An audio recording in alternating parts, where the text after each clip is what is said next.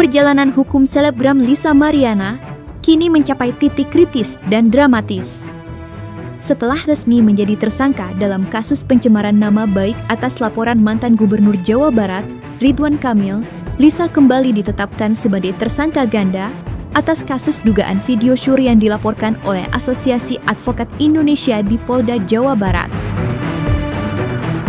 Kasus kedua ini, yang melibatkan dugaan pelanggaran UU ITE dan pornografi, memperberat ancaman pidana yang harus dihadapi Lisa Mariana.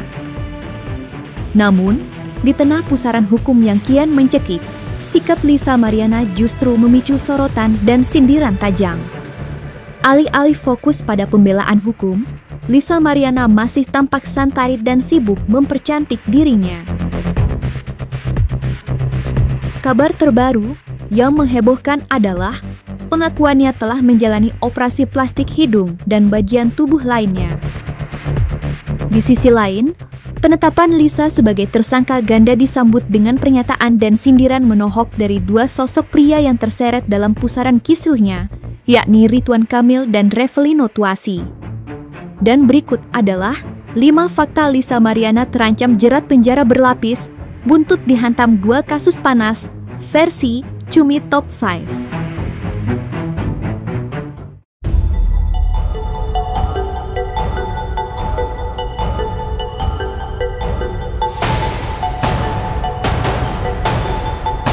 Polda Jawa Barat telah mengonfirmasi penetapan status tersangka terhadap selebgram kontroversial Lisa Mariana terkait kasus dugaan video syur yang melibatkan dirinya dan seorang pria. Ya, penetapan tersangka ini menjadi babak baru yang sangat serius dalam pusaran masalah hukum yang bertubi-tubi menjerat Lisa Mariana. Sebelumnya, ia telah lebih dulu ditetapkan sebagai tersangka kasus pencemaran nama baik atas laporan Ridwan Kamil setelah klaimnya mengenai anak biologis terbukti tidak benar melalui tes DNA. Lantas, bagaimana tanggapan dari praktisi hukum atas penetapan tersangka Lisa Mariana? Ada laporan polisi di mana dia sebagai terlapor karena dia masuk dalam pembuatan film, kan begitu. Kemudian diperjualbelikan juga, begitu. Kalau pengakuannya begitu kan, kalau kata kawan-kawan yang media kan. Jadi ya sudah masuk unsur dia sebagai pelaku tindak pidana Undang-Undang Nomor 44 Tahun 2008. Jadi masuklah dia unsurnya. Jadi ya dia terjerat otomatis. Orang ditetapkan sebagai tersangka itu pasti ada 2 alat bukti. Begitu, polisi menetapkan seseorang sebagai tersangka berdasarkan laporan, artinya polisi sudah mengantongi 2 alat bukti dan syaratnya sudah bisa ditetapkan sebagai tersangka. Kemarin kan sempat saya meyakini karena saya lupa kan, karena Undang-Undang IT ini kan sudah ada perubahan. Dulu kan diatur di Undang-Undang Nomor 11 Tahun 2008. Sekarang yang terbaru Undang-Undang Nomor 1 Tahun 2024 tentang Undang-Undang ITE ya. Nah, ancamannya terkait pasal 27A itu, sekarang yang terbaru itu, dulu sebelumnya itu kan 6 tahun. Nah, sekarang di bawah 5 tahun. Makanya beliau ataupun Lisa Mariana ini tidak bisa dilakukan penahanan. Karena ancamannya di bawah 5 tahun. Cuman apapun itu, proses ini, karena Lisa Mariana ini sudah menjadi tersangka, proses itu akan terus berjalan. Nanti tinggal menikmati masa-masanya nanti ketika diperiksa di pengadilan. Ya artinya nanti kalau divonis bersalah, dan saya yakin 1000% pasti bersalah dia.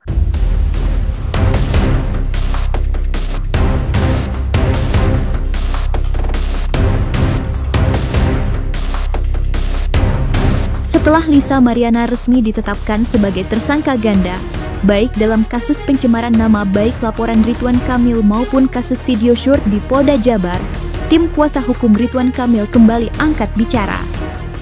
Pernyataan mereka kali ini tidak hanya fokus pada kemenangan di kasus pencemaran nama baik, tetapi juga menggunakan penetapan tersangka video syur sebagai bukti kuat yang menegaskan kegagalan total fitnah yang pernah dialamatkan kepada kliennya. Dengan tegas, pihak Ridwan Kamil menggunakan penetapan Lisa Mariana sebagai tersangka video syur sebuah kasus yang memantik perhatian publik untuk menekankan bahwa kebenaran akhirnya terungkap dan fitnah yang merusak nama baik kliennya telah runtuh secara total. Saya kira penetapan tersangka yang dilakukan oleh Polda Jabar itu kewenangan Polda Jabar, dan kita ya sekali lagi menanggapinya ya biasa saja. Tetapi penetapan ini menunjukkan bahwa Lisa Mariana memang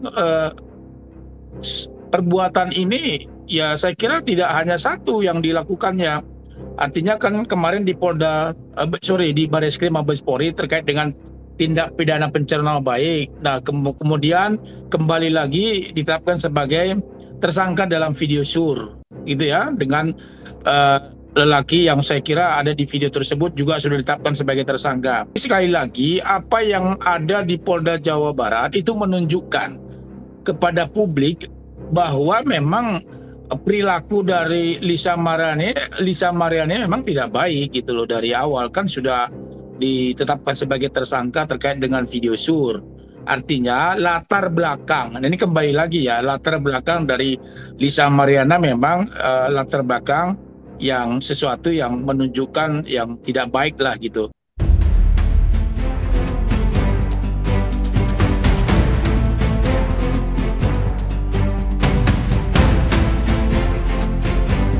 Penetapan status tersangka ganda terhadap Lisa Mariana, khususnya dalam kasus video syur, bukan hanya disambut lega oleh pihak Ridwan Kamil, tetapi juga oleh Reverino Tuasi, sosok yang mengaku sebagai ayah biologis anak Lisa dan diduga kuat menjadi pemeran pria dalam video tersebut.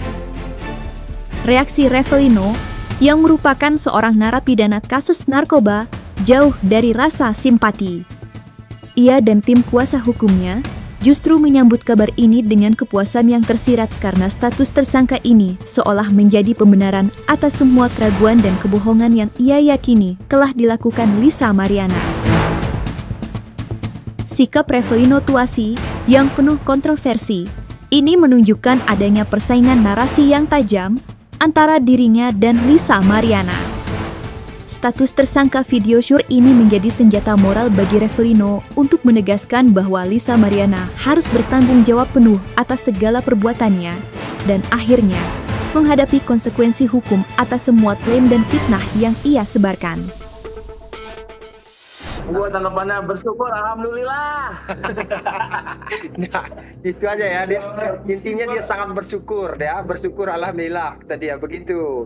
Terhadap penetapan tersangka, artinya Lisa Mariana silahkan nikmati selagi kamu proses ini masih berjalan, nikmatin aja. Cuman endingnya nanti saya yakin Lisa Mariana ini akan masuk dan akan dipenjara, begitu. Terkait laporan yang terkait video ya, artinya asusila yang dibuat oleh Lisa Mariana itu, artinya saya pun sangat mengapresiasi ya, sangat mengapresiasi karena saya dapat infonya dia sudah ditetapkan juga sebagai tersangka kan di situ. Cuman tunggu saja masanya, tunggu aja mautmu kan begitu.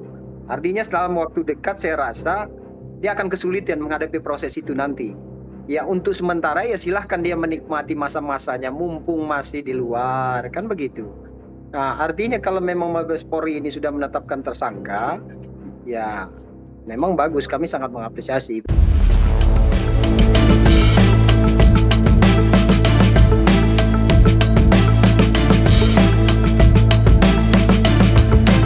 Dalam kasus ini, Lisa Mariana terancam jeratan pidana berat berdasarkan Undang-Undang Nomor 44 Tahun 2008, sebuah payung hukum yang dikenal ketat dalam menjerat pelaku yang terlibat dalam produksi, penyebaran, atau penyediaan konten asusila. Berdasarkan UU Grafi, hukuman yang mengancam Lisa Mariana tidak main-main. Jika terbukti secara sah dan meyakinkan terlibat, ia dapat dijerat dengan hukuman penjara minimal 6 bulan dan maksimal belasan tahun. Sejumlah praktisi dan ahli hukum pidana yang menyoroti kasus Lisa Mariana menyatakan pesimisme yang tinggi mengenai peluangnya untuk lolos dari hukuman penjara.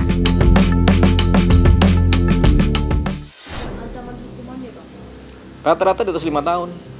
Untuk video sama ITE itu gabungan tuh perberat itu di atas 5 tahun ancaman hukumannya rata-rata, sehingga dia ditahan gitu. Iya, di atas 5 tahun ditahan, jadi dia memang akan menghadapi masa penahanan nanti. Ya pasti ditahan. Penyebar kena undang-undang ITE Jadi baik penyebar maupun pembuat konten maupun yang memperdagangkan ini kena semua mereka. Lisa Mariana termasuk yang kena, dia pelaku utamanya juga kan, ya kena dia.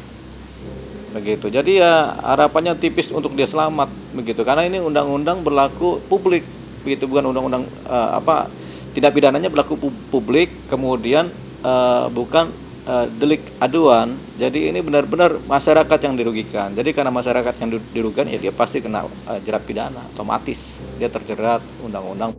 Itu yang pertama. Yang kedua, kalau ini diperjualbelikan secara daring internet, nah masuk juga undang-undang ITE.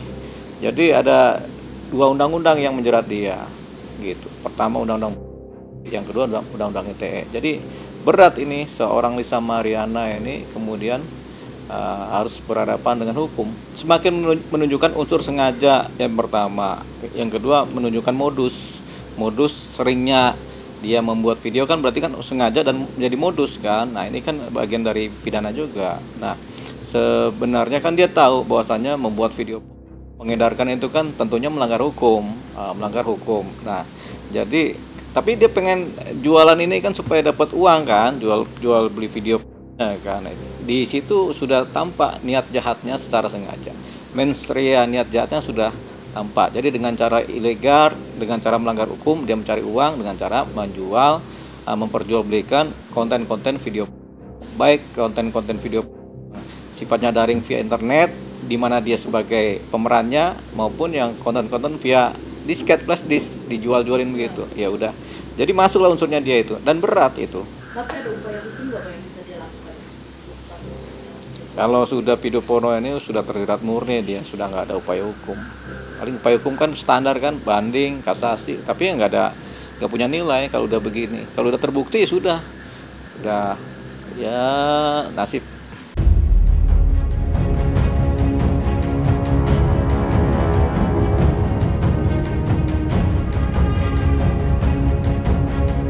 Sebagai informasi, beberapa waktu lalu Kabid Humas Polda Jabar, Kombes Pol Hendra Rojmawan, mengungkapkan jika Lisa Mariana dilaporkan oleh Asosiasi Advokat Indonesia ke Ditreskrim Siber Polda Jabar atas kasus video asusila. Polisi mengatakan telah mengumpulkan bukti pelaporan dan tercatat sudah ada 3 video asusila yang diduga diperankan oleh Lisa dan seorang pria. Seorang wanita berinisial LM. LM ini beberapa waktu lalu itu dilaporkan oleh seseorang ya dengan LP yang sudah kita terima ya. LP-nya ada di Siber Polda Jabar ya, tetapi datangnya bukan dari sosok RK yang kita duga tapi orang lain. Nah, ini setelah kita lakukan pemeriksaan dari beberapa saksi ini ya, kita hanya mengarah kepada 2 tersangka dari video porno yang telah beredar ya, telah beredar, dipublis ya, dan jumlah video itu kurang lebih ada berapa? Ada 3 ya, ada 3 video dengan peran orang yang sama atau berbeda? Sama. Perempuannya sama, laki-lakinya juga sama. Jadi ada 3 video yang telah beredar ya dengan 2 pelaku yang sama, tempat yang berbeda. Namun di sisi lain, Lisa sendiri merasa terkejut karena ia heran mengapa kasus tersebut menjadi viral setelah dirinya berseteru dengan mantan Gubernur Jawa Barat Ridwan Kamil.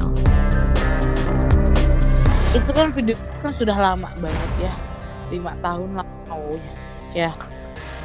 Ya, dari 2019 ya, gue lupa pokoknya. Kenapa baru viral sekarang nih setelah kasus RK?